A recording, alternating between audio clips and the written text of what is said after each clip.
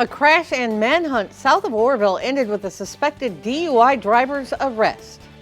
A safety warning in Lassen County after gray wolf sightings at a local ranch.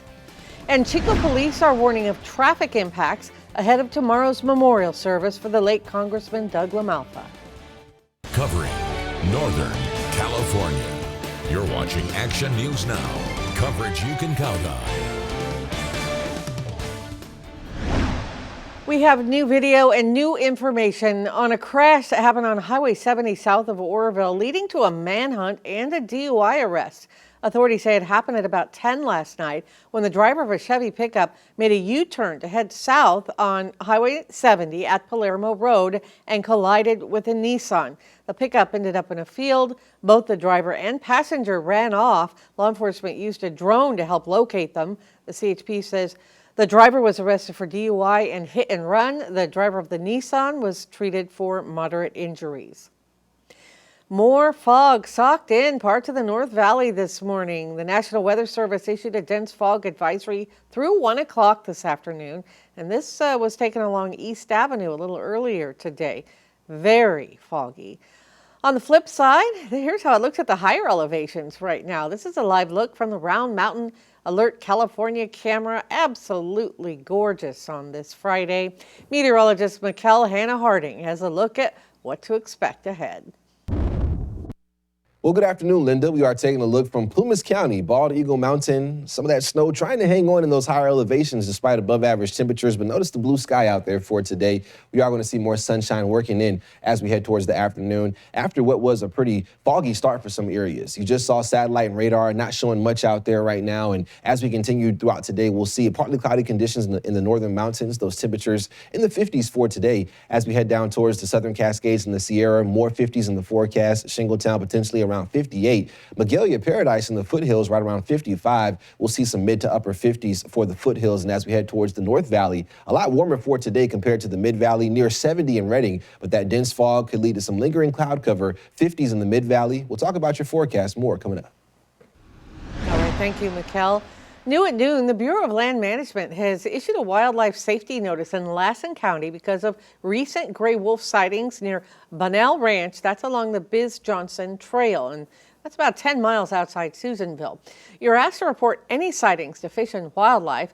The Bureau also reminding you to stay aware of your surroundings, supervise children and pets, keep your pets on a leash, hike with a partner when possible, carry deterrents like bear spray, and keep food and trash in wildlife-resistant containers.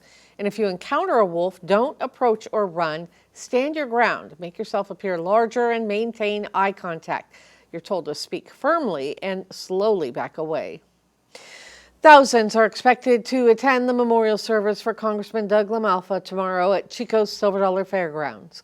Political leaders who are expected to attend include House Speaker Mike Johnson, Governor Gavin Newsom, Senator Adam Schiff, and other members of Congress, along with 3,000 other registered guests.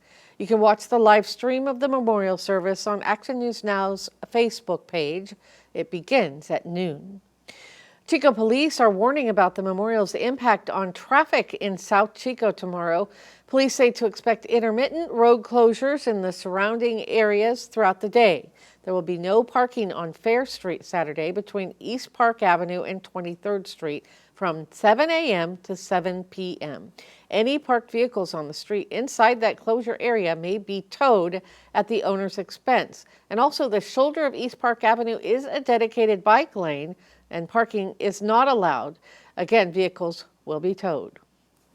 Decorated Vietnam War veteran and Democratic advisor Bob Mulholland was laid to rest at Arlington National Cemetery this morning. He received a military send-off in Chico Monday. The Patriot Guard escorted his body to Sacramento before he was flown to Washington, D.C. Mulholland served as a member of the Democratic National Committee and was a fixture in California politics for decades. He was also a vocal veterans advocate. Mulholland died in October. His celebration of life in Chico will be at the Silver Dollar Fairgrounds February 21st. The FBI said today Canadian Olympic snowboarder Ryan One of the FBI's most wanted fugitives has been taken into custody in Mexico and brought to California. Authorities say the 44-year-old Canadian national was taken into custody in Mexico last night, where he's believed to have been hiding for more than a decade.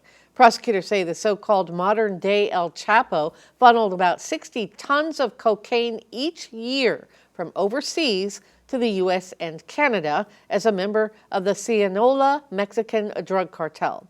Today, FBI Director Kash Patel revealed Wedding was also wanted for orchestrating multiple murders of victims and government witnesses.